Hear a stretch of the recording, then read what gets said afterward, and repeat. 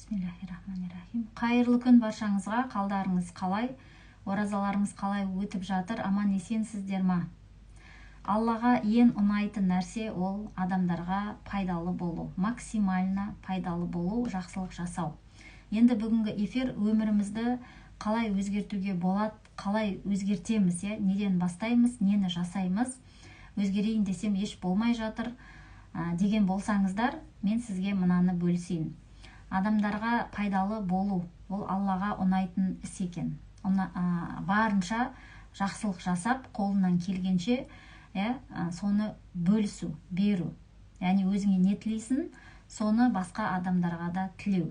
Мысалы, мен өзіме жақсылық тілеймін, өмірімнің жақсы болғанын тілеймін, байлық, молшылық, рухани жағынан баю, барлық жағынан жақсылықты тілеймін өзіме. Сол сияқты өзіме тілеген нәрсені сіздерге де тілеймін.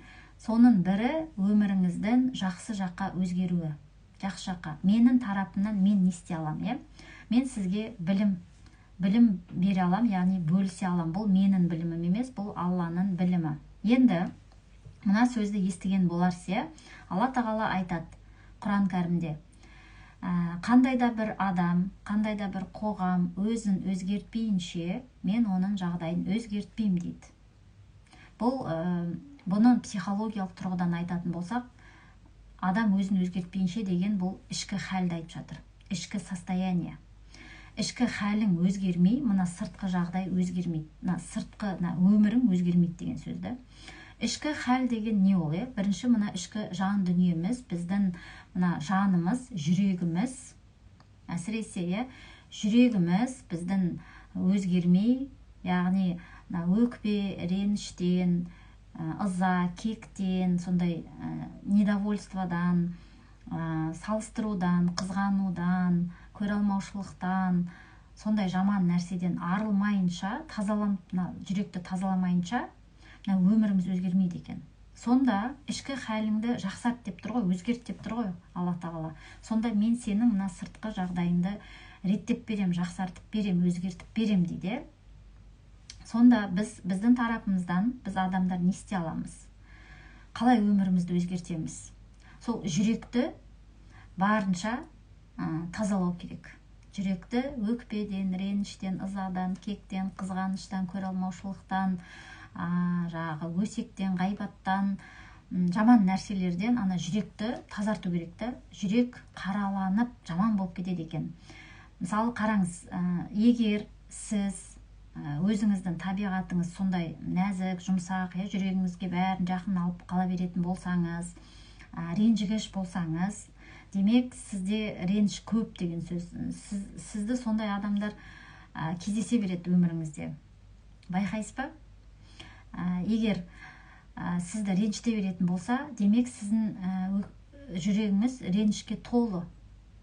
Ал адам өзінде не бар, айналасынан соны ғана көреді, соның подтверждениесін көріп жүресіз. Сонда ішкі хәлімізді қалай реттейміз, ішкі хәлімізді қалай жақсартамыз, неден бастаймыз? Бірінші осы жүрегімізден бастаймыз. Жүрегімізді тазартайық, жүрегімізді жұмсартайық. Өкпе, реніштен, ызадан, кектен, қызғаныштан, салыстырудан, көреалмаушылықтан, өсектен, ғайбаттан, сондай жаман нәрседен жүрек қатаяды. Ал жүрек қатайған түсіне адамның мінезі нашарлай береді, жаман болады. Сонда адамның мінезі қандай, тағдыры сондай. Сіздің мінезіңіз қандай, тағдырыңыз тура сондай болады. Мінез тағдырыңның айнасы деп бекер айтпаған ғой. Сол мінезімізге көз жүгіртейік. Мінезіміз қандай? Сіздің мінезіңіз қандай? Мінезімді өзгерте алмаймын, мен мінезім осындай, енді қат қалғанмын, мен өзгермеймін деген адамның тілін кесер едім дейді Абай атамыз. Сонда өзгермейтін дүние жоқ мына өмірде. Мына дүниеде барлығы өзгереді. Барлығы, яғни қатып қалған цемент емес қой, өзгеруге болады. Сонда мінезімізді өзгертуге болады екен. Қалай өзгертеміз? Жүрегімізге үңілейік. Жүрегімізді тазартайық. Жүрегімізді жұмсартайық. Әсіресе осы қасиетті ораза айында барынша максимальны түрде жүрегімізді тазартайық. Сонда сіз өзіңіздің өміріңізді өзгертуге бір қадам жасап жатырсыз. Бір қадам жасасаңыз, Алла тағала сізге 10 қадам жақындайды. 10 қадам жасасаңыз, тағы жақындай береді, сізге жүгіреді. Яғни адам өзінің тарапынан бірінші әрекет істеу керек та. Ол әрекет неден бастаймыз? Сол жүрегімізді тазартудан бастаймыз. Яғни жүрегімізге үңілейік. Жүрегің тірі ма? Жүрегің соғып тұр ма? Автоматты түрде жаңағыдай жұмыс жасаймыз, күйбен тіршілік, үй, бала-шаға, тағысын тағы, осы кезде біз жүрегімізге бір үңілмейміз ғой. Жүрегіміз тірі ма? Жүрегің не деп соғып жатыр? Ақша деп өліп жатыр ма жүрегің? Мансап, атақ, абырой деп өліп жатыр ма?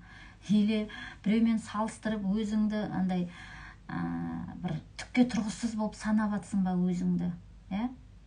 Осындай нәрсе бұл жүректің дерті дейді. Енді психологиялық тұрғыдан алатын болсақ, бұл ішкі хәл, ішкі состояние. Сенің ішкі состояниеңа әсер етеді по-любому.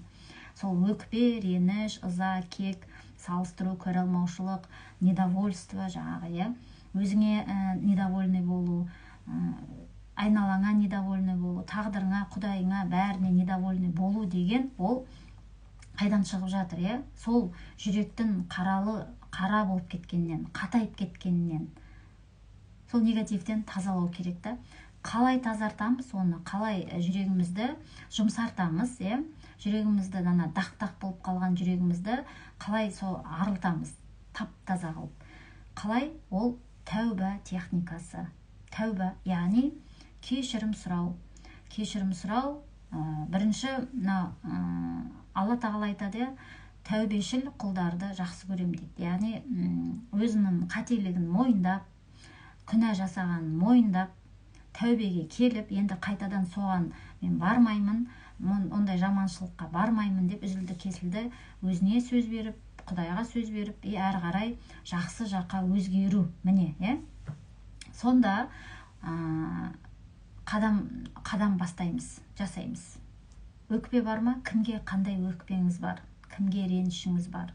Тіпті өзіңізге ренжіп жүрген болсаңыз, өзіңізді кешіре алмай жүрген болсаңыз, күйеуіңізге ренішіңіз болса, ата-анаңызға ренішіңіз болса, басқа адамдарға ренішіңіз болса, кешіруге ниет етіңіз. Бірінші бұл өзіңізге керек. Кешіру деген нәрсе, мысалы, сіз күйеуіңізге ренжіп отырсыз, болмаса ата-анаңызға ренжіп отырсыз, басқа адамдарға ренжіп отырсыз да, сіз андайда түрмеге қамап қойған секілді боласыз. Жазалап отырсыз да, ал негізінде сіз өзіңізді жазалап отырсыз, ол адамды емес. Кешіру бірінші бізге керек, өзімізге керек. Жүрегіміздің тазаруына, жүрегіміздің жұмсаруына, жүрегіміздің дерттен арылуымызға біз өзімізді өзіміз кешіріп, басқа адамдарды кешіріп бастауымыз керек та. Сонда Алла тағала айтады, Алла тағала кешірім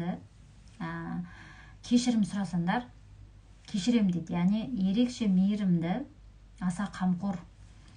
Сонда өзімізді кешіріп, басқа адамдарды кешіріп, солай ниет етіп, жаймен жүрегімізді жұмсартып, сөйтетін болсақ, сіздің ішкі хәліңіз жақсарып бастайды. Жақсарып бастайды. Өміріміздің өзгеруін неден бастаймыз? Осы жүрегімізден бастаймыз. Саламатсыз ба дейді, саламатсыз ба? Жүрегімізге үңілейікші бір сәт. Дүниені қоя тұрып, ақшаны қоя тұрып, салыстыруды қоя тұрып, өсекті қойып, телевизорды қойып, басқаны қойып, жүрегімізге үңілейікші, жүрегіңіз не дейді, жүрегіңіз не деп соғып жатыр. Сонда ответтер келеді. Әр адамның өзіне тән ғой. Әр адамның проблемасы, мұңы, қайғысы, өзіне тән, өзіне ғана белгілі да. Мен білмеймін сізде қандай реніш бар екен, мен білмеймін сізде қандай мұң бар екен, сол сияқты сіз де білмейсіз. Кімде қандай сынақ болып жатқанын біз білмейміз. Бірақ мен өзімнің тарапымнан осындай өміріңізді өзгертуге деген осындай бір қадаммен бөлісіп жатырмын. Осы нәрсені жасасаңыз өміріңіз өзгереді. Бір пәсте өзгеріп кетпеуі мүмкін, бірақ әсте өзгереді. бүгіннен бастап, бүгін осы эфирді, осы сабақты көріп отырсыз ба, тәубе техникасын жасап көріңізші.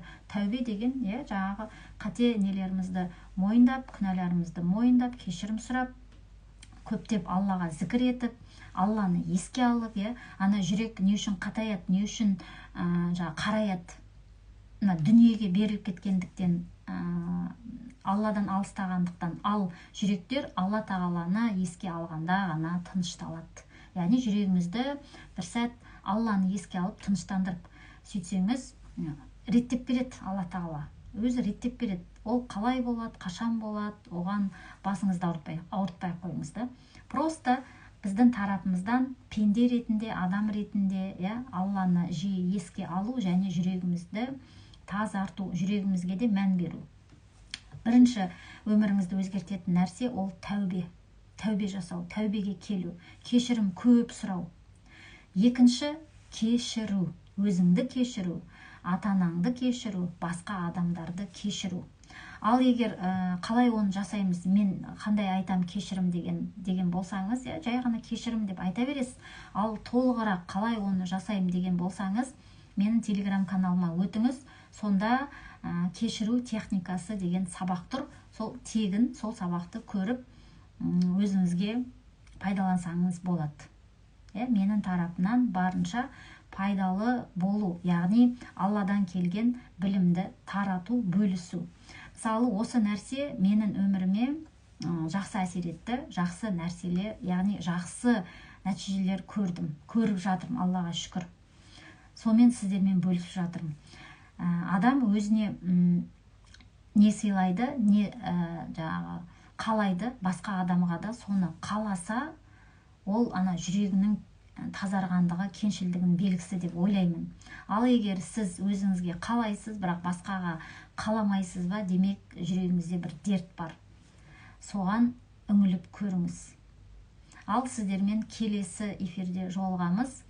Бүгін жұма күні, жұмадағы тілеген дұға тілектеріңіз қабыл болсын. Аллахым сізден де, бізден де қабыл етсін, оразаларыңыз қабыл болсын. Дұғада болайық. Дұға көп айтыңыз, кешірім көп сұраңыз, Алланы көп еске алыңыз. Сонда өміріңіз жақсы жаққа өзгереді. Жаңа айттым ғой, Алла тағала айтады, қандай да бір адам, қоғам өзін өзгертпейінше, мен оның жағдайын өзгертпеймін дейді. Ал өзін өзгертпейінше деген ішкі біздің жан дүниемізді айтып жатыр. Ішкі хәліңді ретте, сосын мен сенің сыртқы жағдайыңды реттеп берем дейді. Ал Алланың өзі де рас, сөзі де рас. Алла тағала уәдесінде тұратын жалғыз Алла тағала ғой. Басқа адамдар, мысалы, басқа дүниеде сөзінен тайып кетуі мүмкін, бірақ Алланың сөзі рас. Соған сену керек та, просто осыны жасап көріңіз, өміріңіз Алла бұйыртса, жақын арада өзгереді, жақсы жаққа өзгереді. Жақсы, онда сіздермен келесі эфирде жолығамыз. Сау болыңыздар.